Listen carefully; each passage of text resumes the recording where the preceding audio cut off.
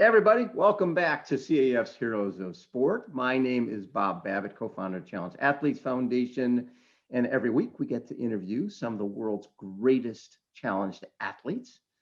This week I'm very excited to have Joel Rosinbum join us, and Joel was just announced as the first paratriathlete to be elected USA Triathlon president of the board of directors. Joel, how you doing? I'm doing great, Bob. Thanks for having me on. No problem. So give me a little background. Your sports growing up were what? My sports growing up were basically whatever I played with the neighborhood kids. I didn't do organized sport in middle school, high school, those kind of things.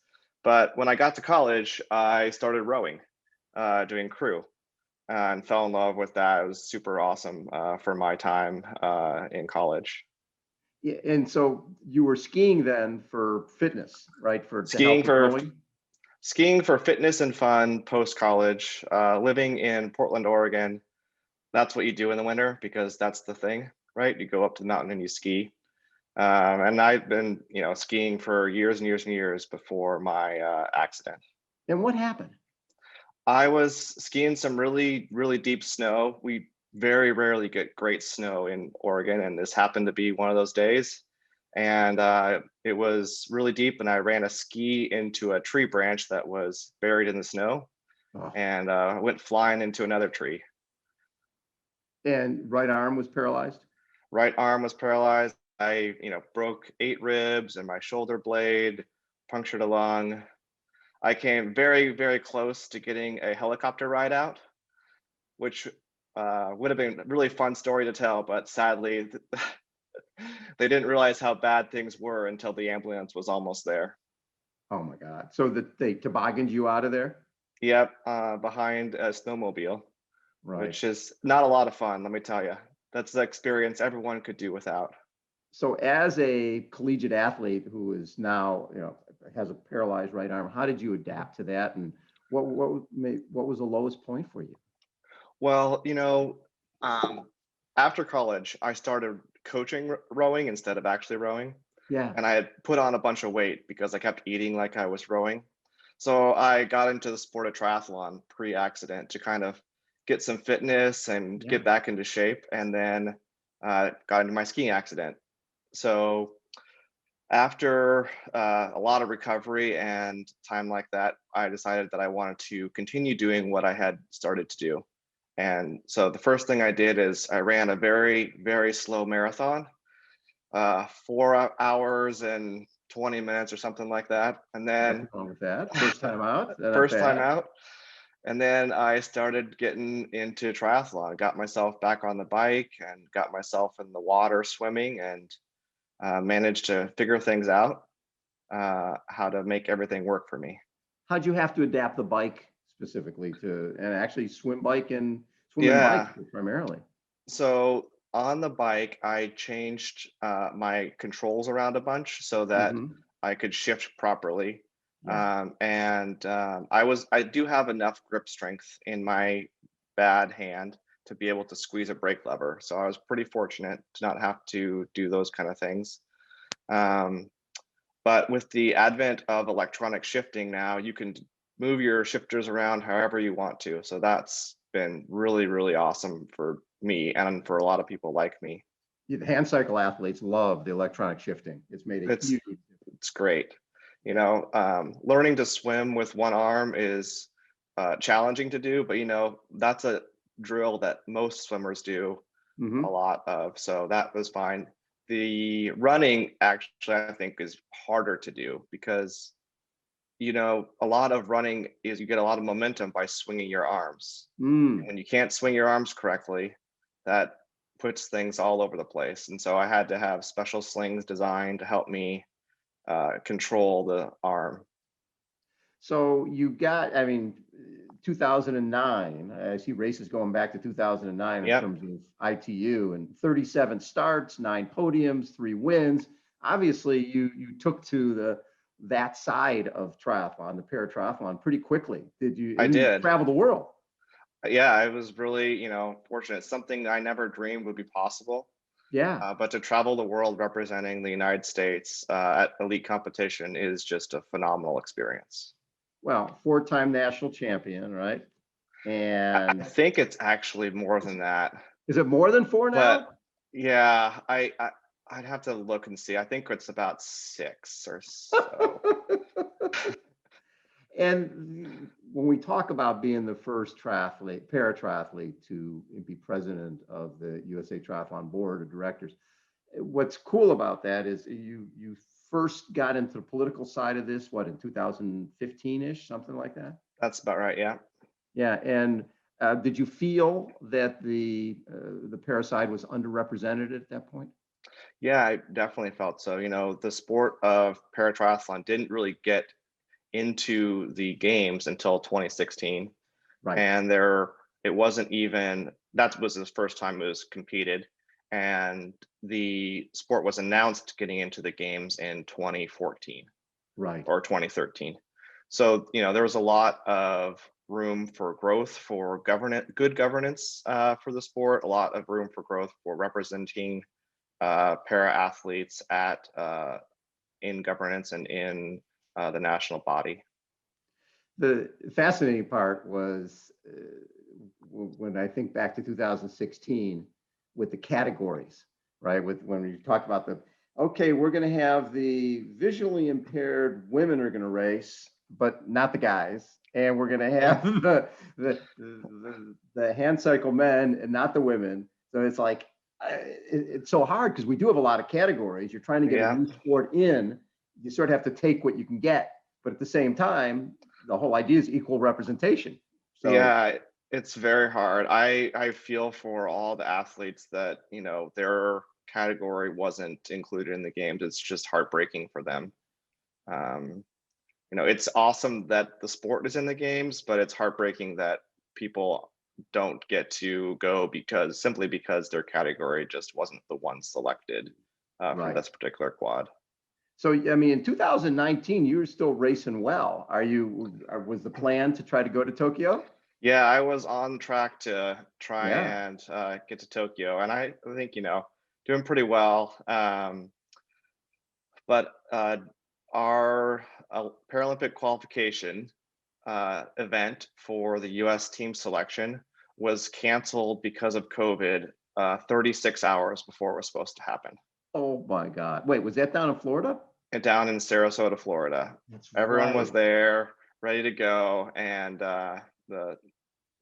the city came out and said you can't hold any events anymore. Wow. So, And so what are the plans for this year? What will they do? so this year they're trying to hold the event again on March 15th,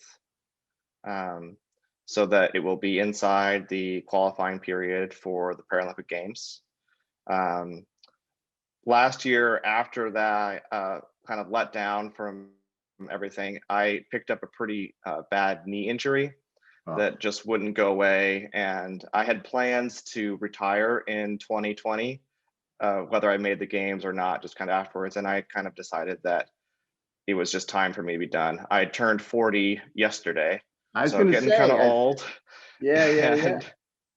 And I thought, you know, I'd like to focus on some other things. You know, being an elite athlete takes all your time every day, all the day, It does. and had some other things to focus on. So I retired, and now I get to serve the sport by being president of the board, which is just a phenomenal opportunity. So when you look back on your career, what was your best race? What was my best race? Oh, that's hard. You know, there are good races and bad races. I suppose probably one of my best races was Edmonton in that would have been 2018, I believe. Hmm. Yeah. Um, Came in third place at a World Triathlon Series event, which is, you know, that's kind of the hot, very, very high end. I had a great race there. That course is very challenging. Has a big, huge hill you have to climb a bunch of times on the bike, and then the run is super, super fast and flat. Um, so that was a really great race. As far as world triathlon races go, but I think my favorite race was actually Escape from Alcatraz. had a chance to Yes. do that, and that was just so fun. Yeah. Willie Stewart loves that race. One of our challenge athletes. Now, have Mhm. you been if has CAF helped you out at all along the years? CAF has helped me out. We got connected with CAF really early on. Went to the event in October. San Diego Triathlon Challenge. That's right. I was been there a couple times. I never did the whole race. I always did the bike portion Yeah. on a relay team because that was what that's my favorite sport of the three, and did that. The Challenge Athletes Foundation helped send me to my very first World Championship in 2009, all the way in Gold Coast, Australia, which is just awesome. I've been to many, New York City triathlons over the years that Yes. CAF has helped put on, and CAF put up some prize money a couple years, so won some of that, and has helped with travel and coaching throughout the years. It's been, a lot of what I accomplished early, especially early on, I wouldn't have been able to do without the support of CAF. Well, we love having you part of the CAF family. That's so cool. And what statement do you think it makes that you're president of the board of directors for USA Triathlon? I've always looked at our sport as an equal opportunity abuser. It doesn't matter if you're big or small, or if you're in a wheelchair, or if you're missing body parts. It's, get from point A to point B. Mm-hmm. What are your thoughts in terms of the fact that you are now president of the board? I mean, that's a hell of a statement. Yeah, I think it says a couple things. Um, for I'm kind of the first in multiple things. I'm the first elite athlete to be president of the board, and then on top of that, I'm the first elite paratriathlete to be president of the Mhm. board. And I think it shows that the federation really takes both elite competition and para elite competition seriously. Um, they want to have our elite athletes excel in their performance, and they want to um, give an opportunity for para athletes to compete as well. The federation has been growing that part of things for some time, Mhm. and has a lot of room to grow there, I think. And I have the opportunity to really influence that, and I think the board appreciates that. And will you be involved with the ITU side of this as well? I will not be really involved with the ITU side of things other than being president of the board. I go to a few meetings here and there. Right. We've got a bunch of people on ITU committees, and Gabrielle Gallegos is Yes. on the executive board of our federation, or of ITU. Right. She's the first Latino female, I believe, to be nominated from our federation to an ITU executive board position. So that's really awesome. This is coming into this role is awesome, but you're coming off of a year where we had very few events, right? It's Mm-hmm. been a very tough year for USA Triathlon guys. They're selling the building, and without that revenue coming in, it's been really hard. How do we come back from this? How does the sport move to that next level after losing a year of events through COVID? Yeah, it is very unfortunate timing with COVID. All signs in early 2020 pointed to our federation Oh, doing very well. The sport of triathlon just is growing again in the United States. And then we've got this downturn situation here. I believe that, as we get back to racing and get back to safe racing, we'll see the sport start to grow again. yeah. We're operating on a very kind of shoestring budget this year to kind of make sure that we don't dig ourselves into a hole any further than we have.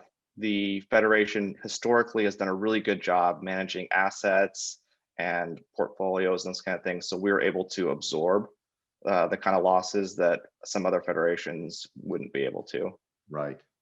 Yeah, my concern is the race directors. It's like so many race directors, they could sort of weather the storm last year, but not knowing what's going to happen this year has made it so we might lose a number of our race directors, which is I a agree. major I think, concern for me. it's incumbent upon the federation to provide as many resources as possible to help race directors survive and be able to hold races, right? We're seeing some indications that people are starting to race again, Yes. particularly in certain parts of the country. So that's really exciting. We are planning on holding most of our big events, whether that be age group nationals in Milwaukee and other events that the federation hosts. So that's encouraging and exciting. And a lot of it is kind of see as we go. And we all hope that things are able to get back to somewhat normal come summertime, and we can see a lot of racing. I love it. Hey, Joel, thanks so much for taking time. Congratulations on, should I address you as Mr. President, Mr. President, sir? How should we do that? I think Joel is fine for now. Let's not go too far. Joel Rosinbum has been our guest, again, CAF's Heroes of Sport. Joel, thank you so much for taking so much time. Thank you so much, Bob. You're very welcome. Again, CAF's Heroes of Sport. Check us out next time, everybody. Thanks so much for joining.